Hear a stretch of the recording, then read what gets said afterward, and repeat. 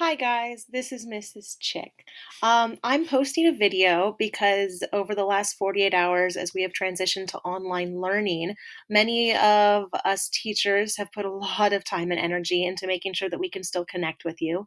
Um, I'm not sure if you're aware of this, but a lot of us either had professions or education outside of our teaching field before we became teachers, and many of us became teachers because of you, because we get to build connections with you and have relationships with you that are really meaningful and joyful in our lives. And we hope that we make a positive difference in your life. And so, coming from that perspective, yes, it's a lot of work to try and get us all online. And I'm sure you're all frustrated and struggling with it as well. But it's worth it in those moments where we get to make a difference, where we get to help you have a better day or learn something that's really cool or just be there for you when you're struggling, or even just help you to connect with each other when you're struggling, and to see that in each of you is why we do what we do. So I just wanted to share that I have personally found in these first 2 days of reconnecting with you all online, um, that the closest we can get to in person, not that we're really in person, but to these kind of virtual in person meetings is the best parts of my day. Like all the work and all the time and all the stress and anxiety that I've had around moving to fully online education has been worth it for those moments where I was in a tutorial meeting on Monday and we just kind of went around the virtual room talking about what we did over break and our pets and our gardens and getting to exercise with this super cool equipment that, like, those were the moments that matter. And that's what we're all missing right now when we're all stuck at home in quarantine or home isolation or whatever it looks like in your house. And those are the moments that I want to keep most. Uh, and sadly, I don't know how much you've all heard or witnessed or sadly perhaps been a part of some of these issues going on right now with online bullying and harassment and just unspeakable things. In my worst nightmares about, the anxiety of going to online education and what's that going to be like, and what if I do something stupid on camera or say something, or like, my brain didn't even come close to the things that I have heard students, or we don't even know, exactly who's doing. Well, I shouldn't say we don't know. We do kind of know. But the choices that some people are making are astounding and really upsetting and really discouraging as an adult looking at the incoming generation. I know from personal experience, the sad reality is that a lot of what has been said and done online the last 2 days, while it's shocking, is not shocking in the context of online gaming culture. That's a really sad reality to me because I am a gamer, and I have been my whole life. And it's one of the reasons I don't participate in certain types of games, because as a female gamer, you just, no, I don't want any part of that.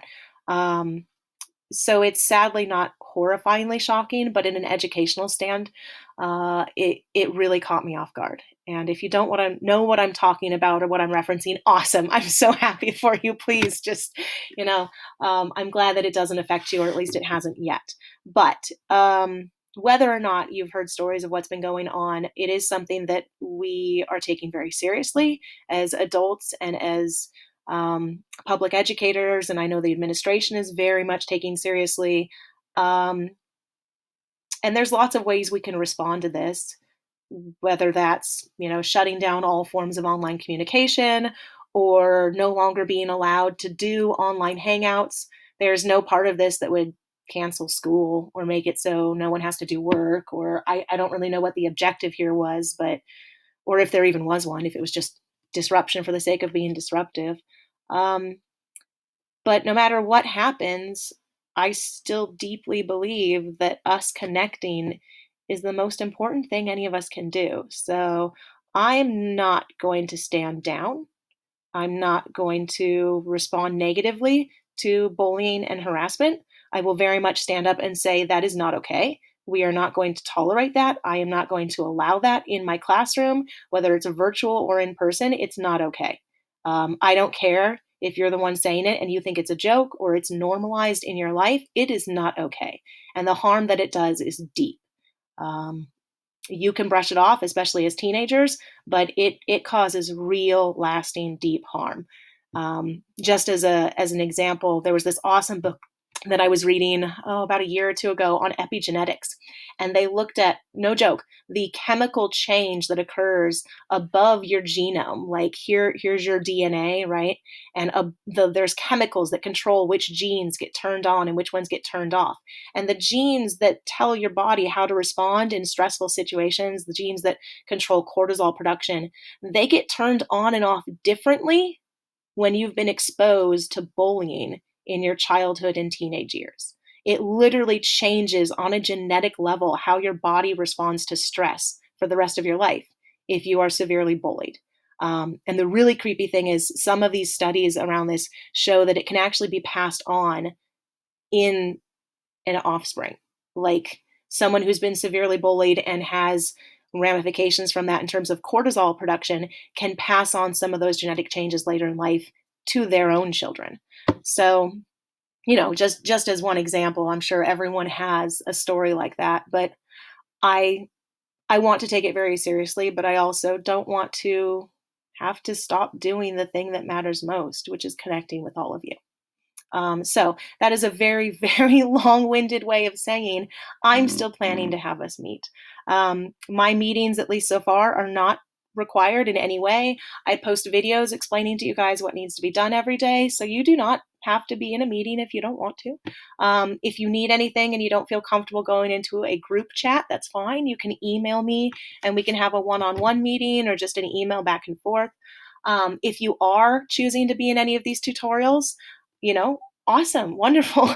Please, please, we all need that personal connection. It is deeply ingrained within our human self. But I don't need them to be about school. Like, we don't need to talk about science or anything academic really, unless you want to. We could talk about the cool book that you're reading or the game that you're playing. Like, I know at least half of us right now, we're all playing Animal Crossing. So we can talk about how my island has apples and maybe yours has pears. Whatever it is, we can just talk, show each other pictures of our cute cats. I don't care. But it is a time for us to connect in a way that we really desperately need right now. So I don't want to give that up. Unless I am told explicitly that we are not allowed to meet with you all, I'm going to make sure that we still do, because that's what I think matters. Um, but I will let you know that if you're in that meeting, it is being recorded, it is being monitored.